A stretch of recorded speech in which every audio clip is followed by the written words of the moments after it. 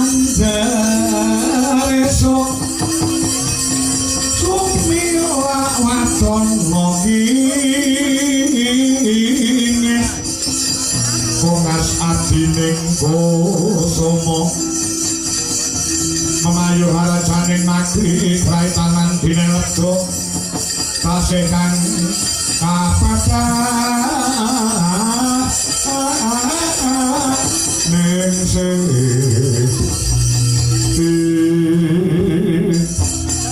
Imo Abu Wundi ana tahu ngopo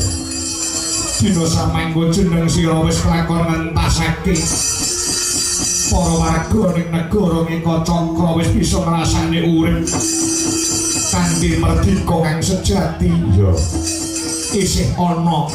sing kudu tindake ya kuwi labuh tumraping kadangmu sepuh dina samanggo negara Pancala ana Giri Sayembara ya nggih sosapa kang bisa ngalahake krijaning Pakmu cilik Gandamana bakal bisa mboyong putri Pancala Dewi Pancali ya Dewi Durmati akeh para raja yang nermati ing padha mleboni sayembara parandene nganti kanggan samangko durung ana kang bisa mumpu sayembara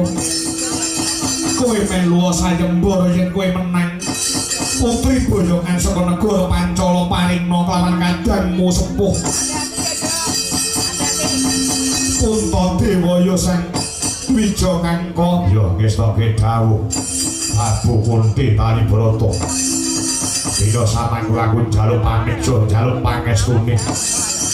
Prabu Kunti bakal nglabekne kakangku Wijangangka lungseng bakal muga-muga lebih kaya